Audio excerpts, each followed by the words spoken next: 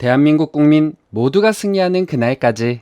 안녕하십니까, 알뜰맨입니다. 다우는 마이너스 1.15% 하락, S&P 500은 마이너스 1.02% 하락, 나스닥은 마이너스 0.68% 하락, 원달러 환율은 1408.61원, 빅스 지수는 30.52로 6.9% 상승, MSCI 코리아 ETF 지수는 0.76% 상승, 2년물 국채금리는 2.7% 상승, 10년물 국채금리는 1.77% 상승, 30년물 국채금리는 0.63% 상승을 했습니다. 먼저 특징적인 주식들은 다음과 같습니다. 펠로톤은 몇 차례 감원에 이어 남은 종업원의 약 12%를 추가로 감원한다라고 했었을 때는 프리마켓에서 마이너스 4%대로 하락을 했지만 감원으로 인한 성장을 할 것이다 라고 계획을 발표한 후에는 다시 4% 반등을 했습니다. 다만 CEO 베리 맥카시는 피트니스 용품 제조업체가 회복할 수 있도록 6개월 정도의 시간을 더 줄 것이며, 만약 회복할 수 없다면 펠로톤은 독립기업으로서 생존할 수 없을 것이다 라고 말을 했습니다. 펠로톤은 4% 상승 마감을 했습니다. 제너럴 일렉트릭은 미국 육지 풍력 노동자의 20%를 해고한다라는 소식이 전해지면서 마이너스 1.81% 하락 마감을 했습니다. 바이오 의약품 회사인 프로방션은 제1형 당뇨병 치료제 후보를 발표하기 위해 설립된 프랑스 사노피아와의 파트너십 소식에 급등을 했는데요. 25.66% 상승 마감을 했습니다. 이날 발표된 초기 실업수당 청구 건수는 21만 9천 명으로 지난주 19만 명과 예상치 20만 3천 명보다 늘어난 수치로 발표가 되었습니다.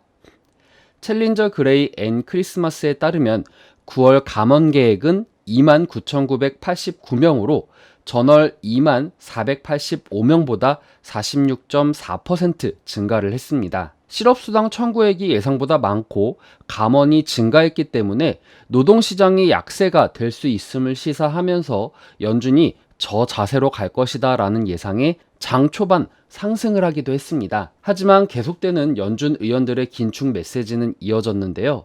닐 카시카리 미니애폴리스 연은 총재는 연준이 금리 인상을 중단하기에는 너무 이르다라고 말을 했습니다.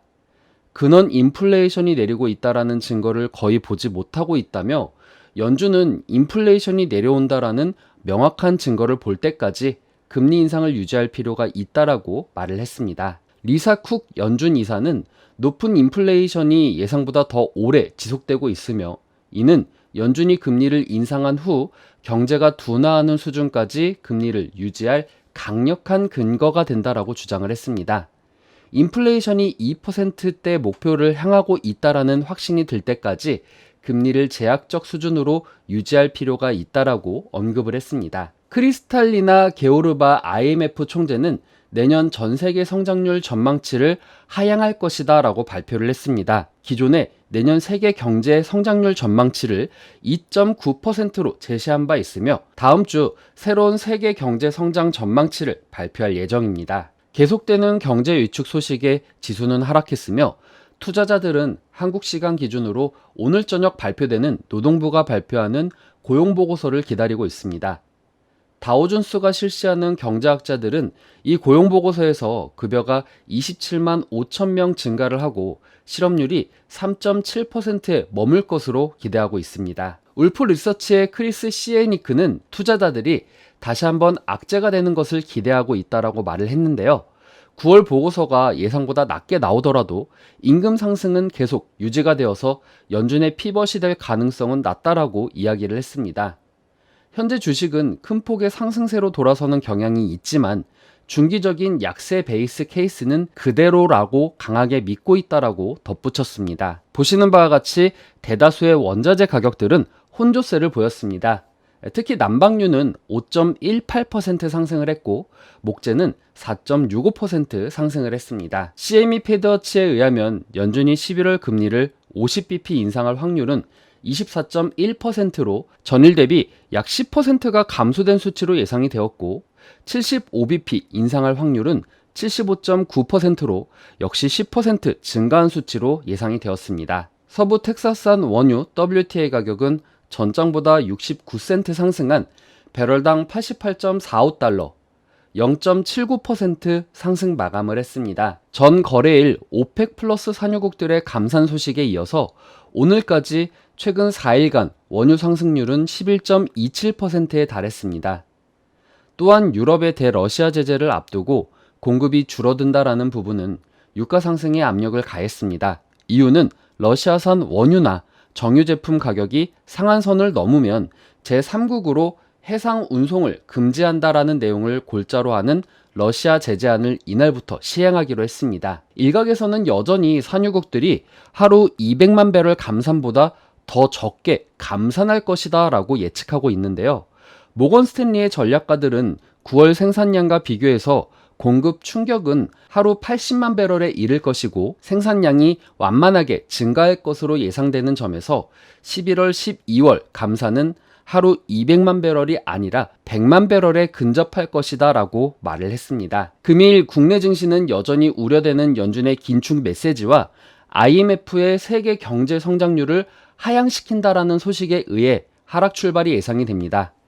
하지만 오늘 저녁 발표가 되는 고용보고서의 추이를 보고 그리고 다음 주 13일 CPI의 발표를 봐야 적어도 10월 추세를 그려볼 수 있을 것 같습니다.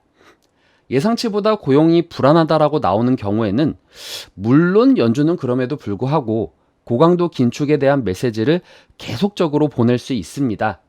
이번 주 보신 바와 같이 조금만 연준이 풀어버리려고 하면 원자재 가격들이 올라가려는 모습을 보여주고 있으며 예상보다는 덜 하다라고는 하지만 지금 원유 가격도 심상치 않기 때문입니다. 따라서 연준이 수그러드는 시점은 CPI 발표 때 인플레이션이 꺾이고 있다라는 부분이 아주 명확하게 나와야 된다라고 생각을 합니다.